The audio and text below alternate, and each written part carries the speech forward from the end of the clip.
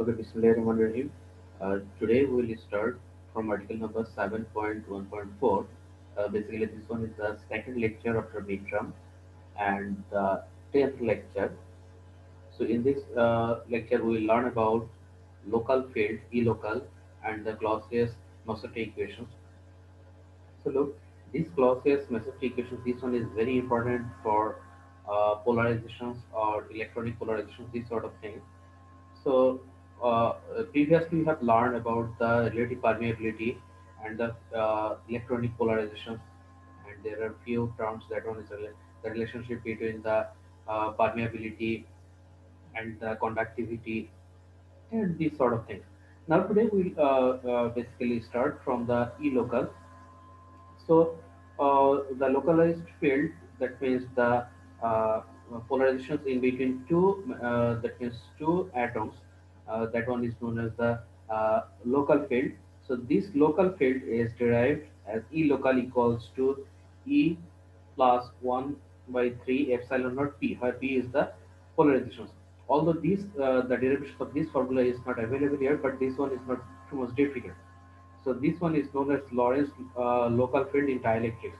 So this one is the localized electric field equals to E, that is to electric field plus one third epsilon naught P. So I will also upload another derivations or another just one page derivations. That one will from there you will learn how you can derive the Clausius-Mosset equations.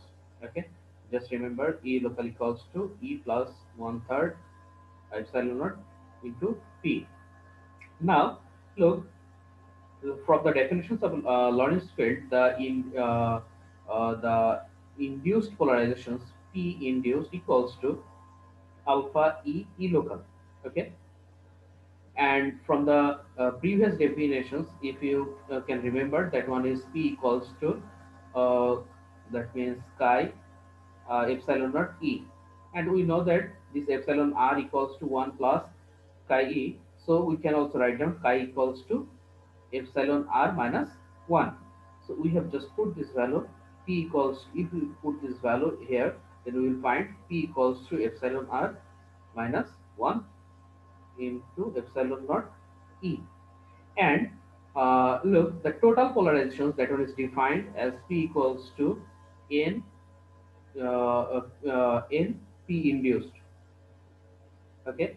Now from these two equations, we can derive that epsilon r minus 1 divided by epsilon r plus 2 should be equals to n alpha a divided by 3 epsilon naught. This equation is known as Clausius-Mosset equations.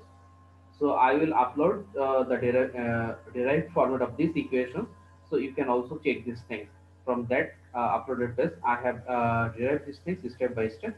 You can check that things from that image. Okay. Now after that, so this equation is very important. This equation is very important.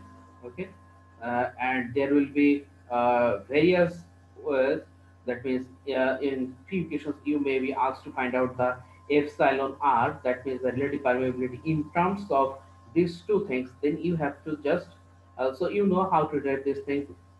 You have to just cross multiply, then take the commons. So all the epsilon r should be in single stage, then divide. So there will be a few definition, few formulas that you need to be derived from here. Now, so you know the electronic polarizability of the argon atom is given like this. What is the static dielectric constant? So that one you are asked to find out the epsilon r. So if you look at these equations, look, if you look at this equation, that this one is a single epsilon r. So you can, if in any exam, if someone asks, prove that epsilon r equals to this from Clausius-Mosset equation, prove that epsilon r equals to this. So this is nothing but some mathematical calculations, isn't it? So I think you can easily find out these sort of things. Okay. Now, if we move to article number 7.2, That one is the electronic polarizations in the covalent solids. Look, the electronic polarizations are the polarization is basically found in covalent bond. Actually, in case of ionic bond, there is no too much polarizations, or actually there is the net polarizations value should be equals to zero. We will also learn this thing in our today's lecture also. Okay. So look, if we have some covalent bonding, then we will find that there will be some tendency of moving this electron from once either in the positive side or in the negative side, or that can be defined as the polarized side. So this example 7.3, this one is very important. That one is the electronic polarizability of the covalent bond. These values are given here. Look, using the same formula. Look, using the same formula, if I ask, prove that alpha E equals to this, prove that alpha E equals to this. So this, look, this one is nothing but a simple calculations from the Clausius-Mosotty equations, isn't it? So do not forget to derive the Clausius-Mosotty equations and the related terms uh, from this alpha E. So I think you know what is the Clausius-Mosotty equation? Epsilon r minus 1 divided by epsilon r plus 2 should be equals to n alpha E divided by 3 epsilon, isn't it?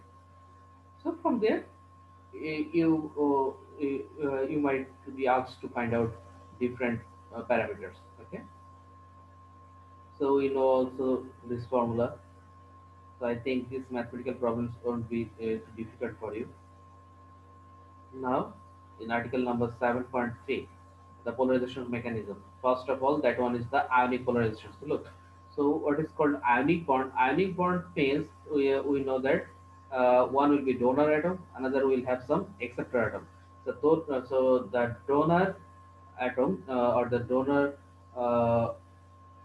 that is element, it will, that is, say for example, that one is sodium, so sodium will donate the electron, and if that one is the chlorine, so chlorine will accept the electrons. So if sodium donate the electron, that will be positively charged, and chlorine accept an electron, that will be negatively charged.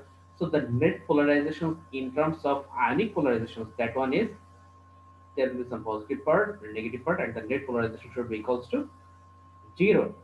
But in case of covalent bond, there will be some polarizations. So the in the ionic polarizations, P average. So P average equals to alpha I E local, the same formula as before, and that one is the ionic polarizations. And same way we will find that P equals to Ni P average. So the formula that we have already derived in the dielectric materials. Okay. So P equals to epsilon r minus 1 multiplied with epsilon naught E. So look, the Clausius-Mosotty equations for the ionic bond is exactly same. Only the difference is that one will be Ni and alpha I, and the rest of the part is same. Okay. Now the orientation of the dipolar polarizations. So in this case, that one is actually the covalent bond, and in the covalent bond there will be some uh, something P equals to N P naught, and there will be another dielectric constant. That one is the orientational polarizations, and from here you know the torque formula tau equals to F sine theta, and P equals to, from there if you integrate this thing. So similarly, you will find that P average equals to one third P naught square E divided by KT, and AD, that means the dipolar electrical polarizations AD should be equals to one third P naught square divided by KT. Okay. So next one will be the interfacial polarizations. So these are the different types of polarizations. Uh, yeah, we know that if that one is the two electrode, this one is the dielectric material, and there will be if we apply some electric field, there will be the accumulation of charge in the negative that means the electron will be allocated to the negative side, and the another that means the proton or the uh, donor, that one will move to the positive side to neutralize this thing. But there will be some polarization. Okay.